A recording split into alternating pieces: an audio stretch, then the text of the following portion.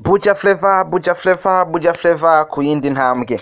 Iyo mvuze buja flavor inshuro zitatu menya neza yuko nzanye ikintu gikomeye cyane tugiye tuganirire kuno munsi. Ariko imbere yabyo reka nsubire ndabaramutse nkuko mpora mbikora buri munsi, bakunzi ba Ngaha TV, bakunzi b'impinduka mu muziki ndundi, bakunzi b'impinduka babaririmbyi bacu kugira ngo batere imbere ntibaguma aho bari cyangwa ngo basubire inyuma, tubone ibendera ry'igihugu ritera imbere rigahungabana mu makungu hirya no hino. Ndabaramukije cyane ngenda babwiye ko ndabakunda aho muri hose, ndetse ndanabipfuriza ibyiza namwe uko namwe munyipfuriza ibyiza. So uno munsi mfise inkuru tuza gukorera ko umwanya utari mutoyi cyanke utarambiranye cyane gusa, ariko ndabibutsa neza yuko ari inkuru igezweho iriko iravugwa hirya no hino ivugisha mbere abantu benshi.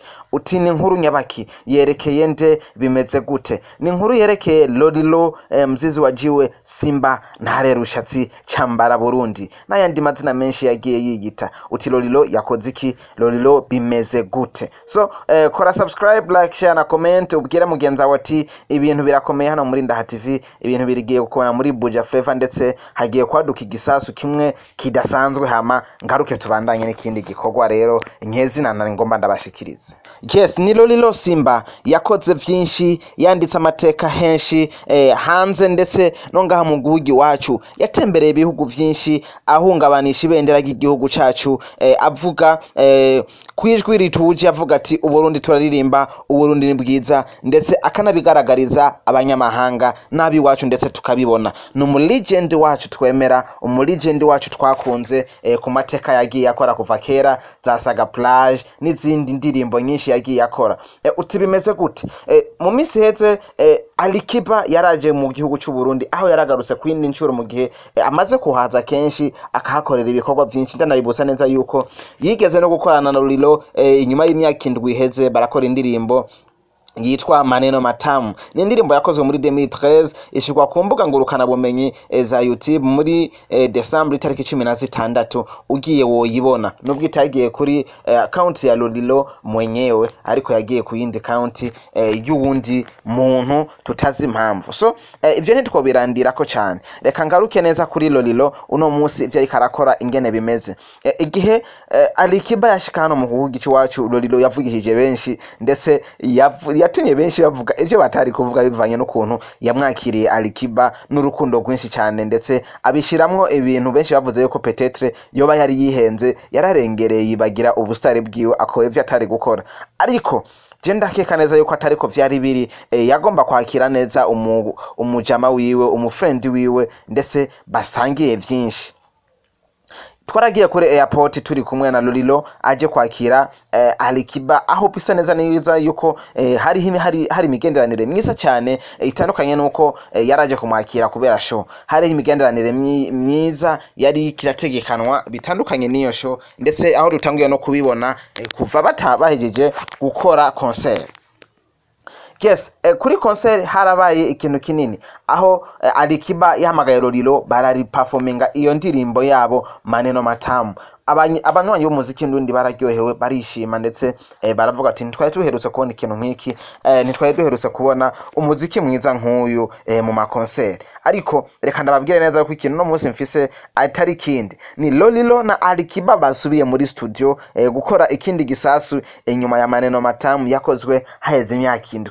Turibaza ati iki gisasu kizoba kimeze gute, iyi ndirimbo izoshika hehe maneno matamu itageze, eske izokuguriye imiryango kuri Lolilo, mu gihe benshi bagiye baravuga ati Lolilo yaraveteye canke yarazimye, Lolilo ntagikora nka Lolilo wa kera. Ariko uno munsi ko huye na ALIKIBA petetre neza yuko ibintu biza kugenda neza, ndetse akagaruka muri wa murindi Lolilo twaye tumumenyereyemwo kuva kera. So aka gapande karatwereka neza Lolilo na ALIKIBA bari muri studio, ndetse bariko bararirimba. Ubona neza ko indirimbo isa niyari irangiye, bariko barashiramwo ama backing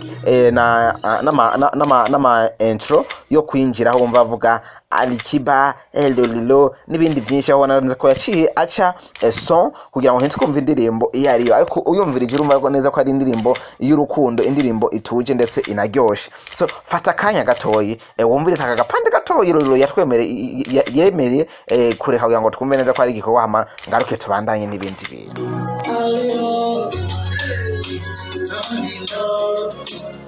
Yes,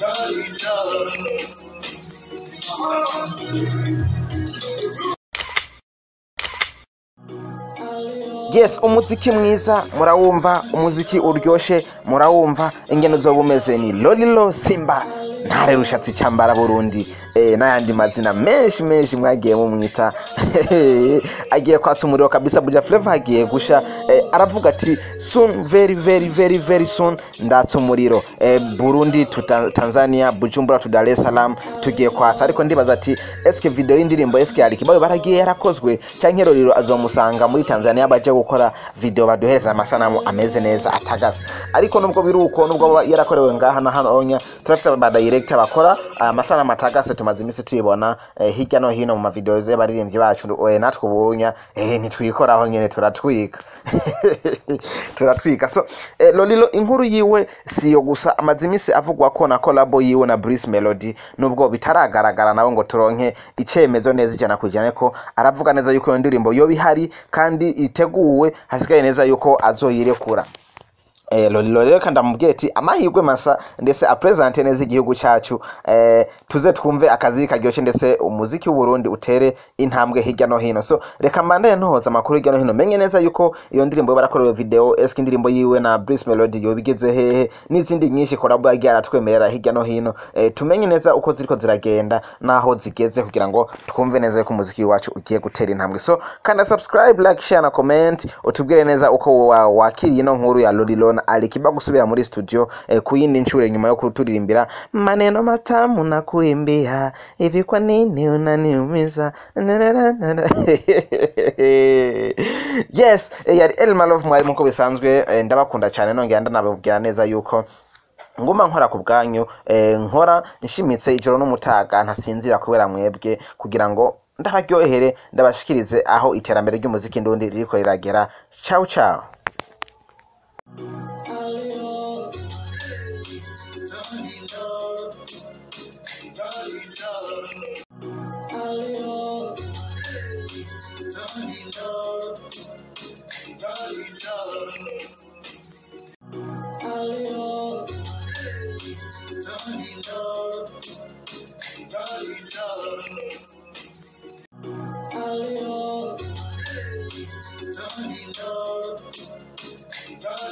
LOLILO.